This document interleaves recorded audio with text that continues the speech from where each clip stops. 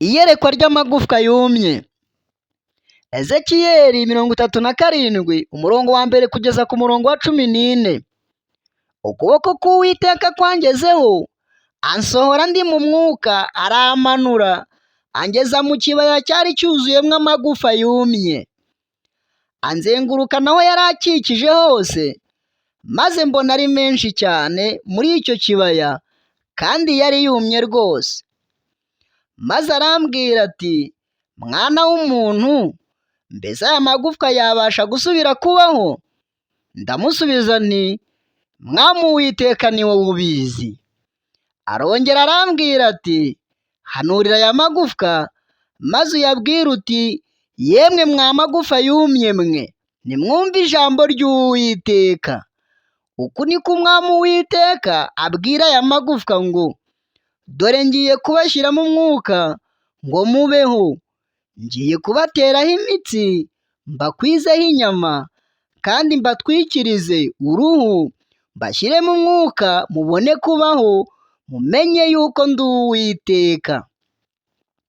Nuko mpanura uko nategetswe, ngihanura habaho guhinda, mbona isi itigita, amagufwa araterana, igufwa risanga irindi ryaryo. Nuko nitegereje, mbona imitsi yafasheho, maze inyama ziyameraho, byoroswa n'uruhu, ariko nta mwuka warimo. Maze arambwira ati, hanura umuyaga, uhanure mwana w'umuntu, maze ubwire umuyaga uti, uku ni ko Umwami Uwiteka avuga ngo, uturuke mu birere bine, wa muyaga we, uhuhe muri iyi mirambo kugira ngo ibeho.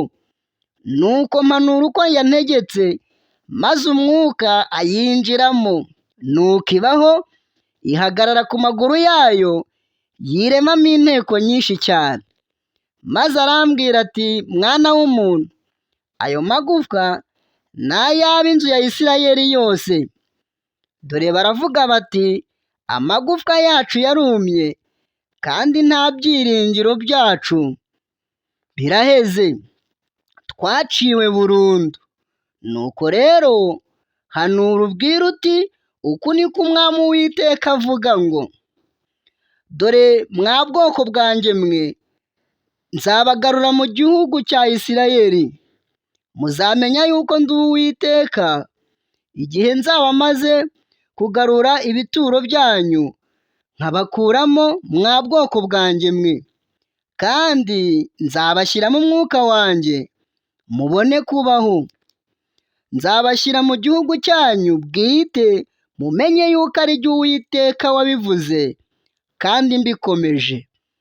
Mana, tugushimiye ijambo ryawe, wavuze ko urisohoza kandi uririnda ibihe n'ibihe paka kugeza igihe risohoreye.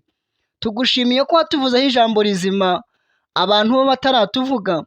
Tugushimiye ko watuvuzeho amagambo meza. Tugushimiye amasezerano wadusezeranyije kuzayasohoza, ku bwa Yesu Kristo Umwami wacu. Amina.